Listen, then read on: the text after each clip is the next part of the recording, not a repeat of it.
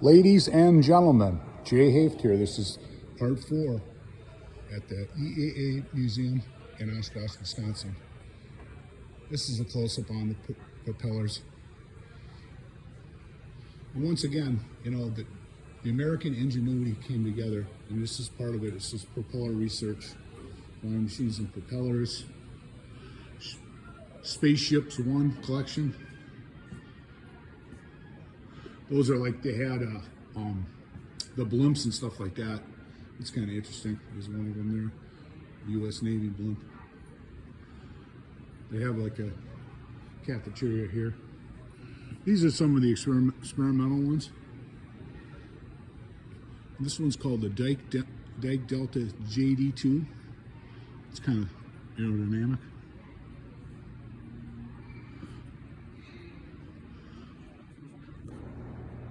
This here is the Corbin Baby Ace model.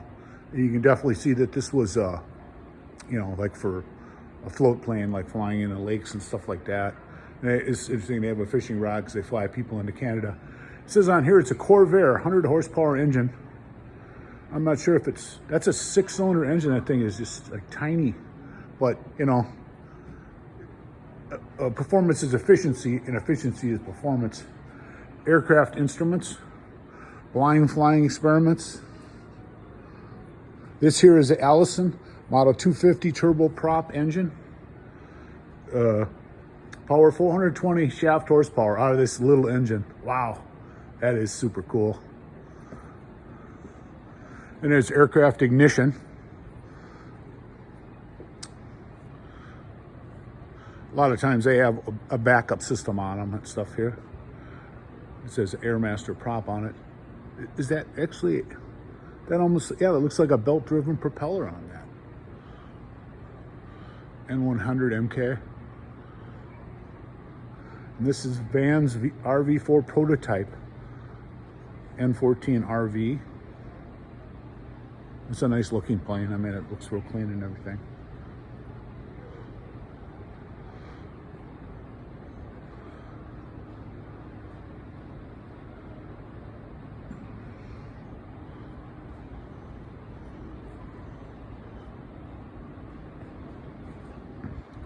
This is an EAA biplane.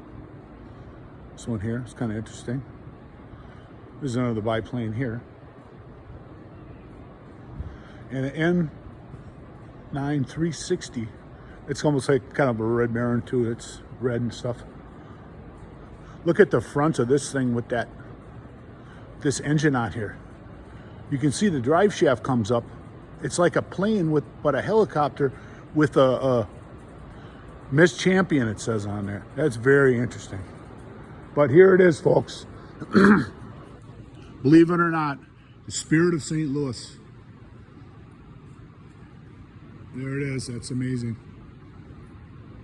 Look at the exhaust on there. It has straight pipes and a couple helicopters on top. It says, Lindbergh arrived from Paris on May 21st, 1927 after 3,600 miles and 33 hours. Charles Lindbergh has the Paris skyline in sight. He hands the Spirit of 76 off at nearby Le Bourget Aerodrome. The Lone Eagle will have completed the first non-stop solo flight between the continents of North America and Europe.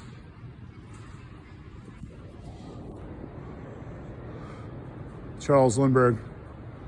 Yeah, it's Spirit of St. Louis. There it is, folks.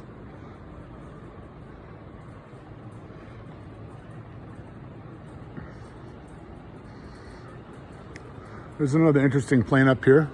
This is the Spirit of the EAA, it's called. Lindbergh Commemorative Tour. Chase plane provided by EAA Museum Foundation, Hills Corners, Wisconsin.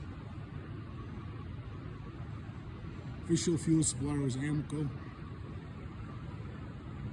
That is cool.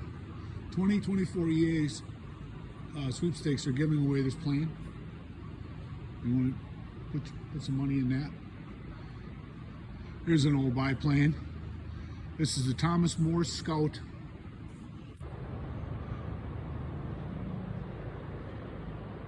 There's a tower with a light on it. A couple old ones. But this is kind of interesting too. I'm going to go to this one first. So this is the Curtis Rosank P. Hawk replica of a biplane. And this is kind of interesting. Mail Passengers Express, Wright Aircraft Engines, American Airways. This was like an early plane that they used. It's a 1927 Fairchild FC-2W. You can see the wings have to be expanded here. And there's like the float's disconnected because this thing takes a lot of room. That's our history, folks. You got that right. And here is C. Johnson & Johnson, Racine, Wisconsin. This plane. I don't know if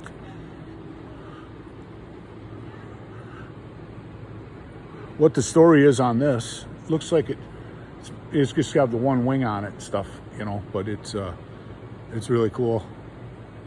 There's so much cool stuff here, you know.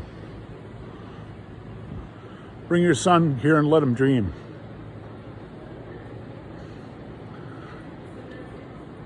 This is a 1919 Liberty 12 cylinder.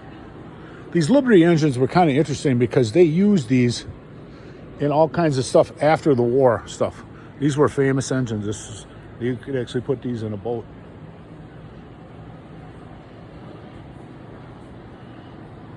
And you can see the head on this one here. This is 1918 Curtis Jenny.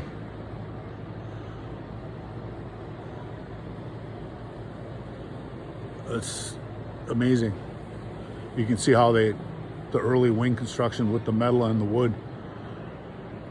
This is a cool engine. Looks like a lot of aluminum, a lot of stainless steel. That is awesome. Here's a 1918 Lawrence engine. It's a 2-cylinder design. That's pretty cool.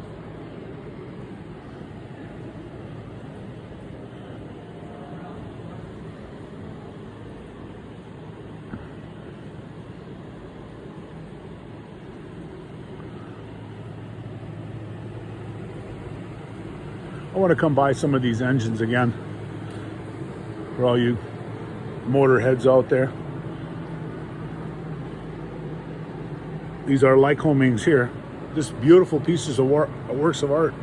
Look at how thin the gap is between those fins on there.